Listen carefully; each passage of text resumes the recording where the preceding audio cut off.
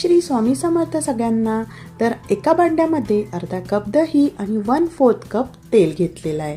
एकाच डायरेक्शनमध्ये आपल्याला 3 ते 4 मिनिटं फेटून घ्यायचे, जेणेकरून दोन्ही साहित्य जे आहे ते मिक्स व्हायला हवेत। तर आज आपण बनवणार आहोत गव्हाच्या पिठाचा हेल्दी केक। रेसिपी शेवटपर्यंत नक्की बघा। दोन्ही साहित्य छान असे मिक्स झालेले आहेत। तर यामध्ये आता आपण घालणार आहोत 3/4 कप गव्हाचं पीठ। त्यानंतर अर्धा कप कस्टर्ड पावडर, हे मँगो फ्लेवरचं कस्टर्ड पावडर आहे, तुमच्याकडे जे अवेलेबल असेल ते तुम्ही घेऊ शकता। अर्धा कप पिठी साखर घेतलेली आहे, मिक्सरला मी साखर बारीक करून घेतली आणि हे अर्धा कप घेतली आहे। त्यानंतर 1 चमचा बेकिंग पावडर आणि अर्धा चमचा बेकिंग सोडा। सगळे साहित्य आपल्याला चाळून घ्यायचे आहे। तुमच्याकडे मेजरमेंटसाठी जर कप नसेल तर घरची कुठलीही एक वाटी तुम्ही डिसाईड करा आणि त्यांनी सगळे साहित्य जे आहे ते मोजून घ्यायचे आहेत, जेणेकरून आपला जो केक आहे तो बिघडणार नाही। तुम्हाला व्हिडिओमध्ये दिसलं असेल मी एक प्लेट घेतली होती, त्याच पद्धतीने तुम्ही कुठलंही एक भांडं डिसाईड करू शकता।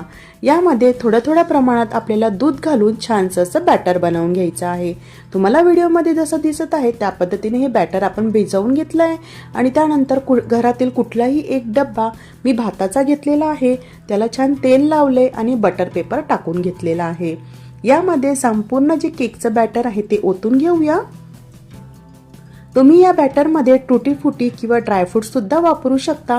रुगीदला आवडत नाही त्यामुळे मी ते नाही घातलेलं, फक्त वरून डेकोरेशन म्हणून मी पिस्ता घातलेला आहे। एक पातेलं किंवा कढई तुम्ही 10 मिनिटांसाठी प्रीहीट करून घ्या।